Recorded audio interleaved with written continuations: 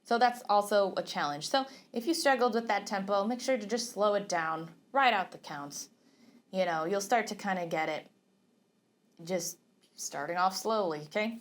All right, let's go ahead and move on for our Go for Excellence number 19. All right, so the book is telling us to use the alternate fingering for F sharp, G flat. But at this point, I want you to be able to decide which fingering you think is best, okay? Not everybody is comfortable with the alternate fingering, and that can create more problems than just playing with the original. I think we need to make the decision on which fingering we feel is best. So you can try it both ways. Try it with just the regular fingering, start off with the alternate fingering, or see whatever naturally comes up. There's different ways of figuring out which way kind of works best. So I'm gonna let you choose on which F sharp or G flat fingering you're gonna use, okay? And this is more of the chromatic scale, so it looks a little scary here, okay? But it's not.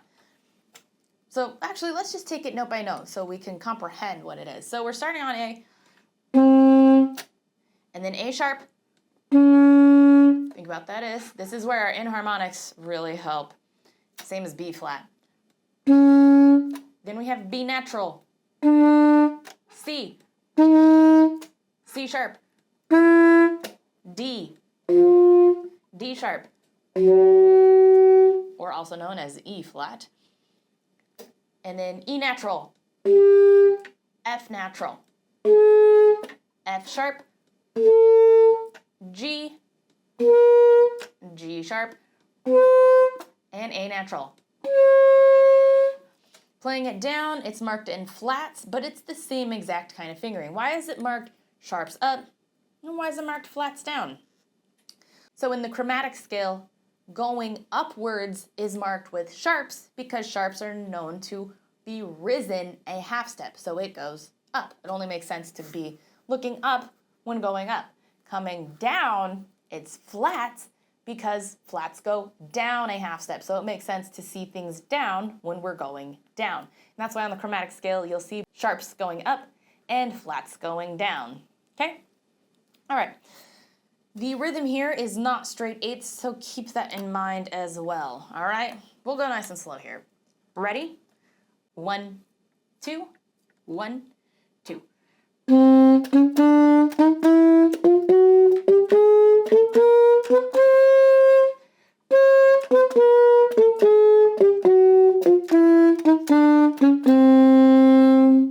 Excellent job. Hopefully the rhythms didn't throw you off too much. Though a really good way to practice regular scales, major scales, minor scales, and chromatic scales is to change up the rhythm. So we normally have been playing with just straight eighths, but this way it kind of helps you think a little bit more on your toes on what's coming up, what's long, what's short, and it really does help with comprehension. So when it's transitioned back into eighths, this is a lot smoother. So that's why they have it written that way. So when we do it another way, it's easier. All right, let's go ahead and do it again. This time we're gonna add in the dynamics, starting on mezzo forte, and then towards the middle here, we're gonna crescendo to forte, and then we're gonna decrescendo all the way to pianissimo. Yuck, but it is what it is. All right, so let's go ahead and give it a try. Ready? 1, 2, 1, 2.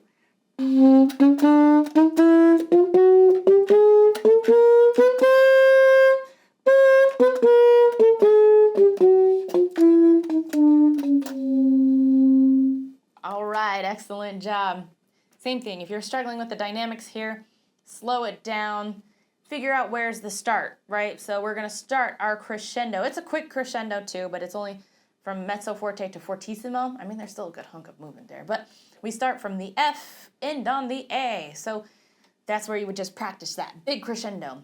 And then all the way from the, what was it? 1, 2, 3, fourth measure from the end, all the way to the end, you're gonna work on decrescendoing that whole entire thing, all the way down to pianissimo. So break things down, all right? All right, and then we did earn an achievement for this, so let's take a look at what it is. So that was exercise 19. Where are we here? Oh, here we go. Notes, rhythm, dynamics, tone, hand position. So the hand position kind of ties more in if you did decide to do the alternate fingering, but make sure your hand position is good. I don't want to hear anybody's wrists, fingers. I don't want to be hearing about pain, so make sure you are paying attention to hand position anyway.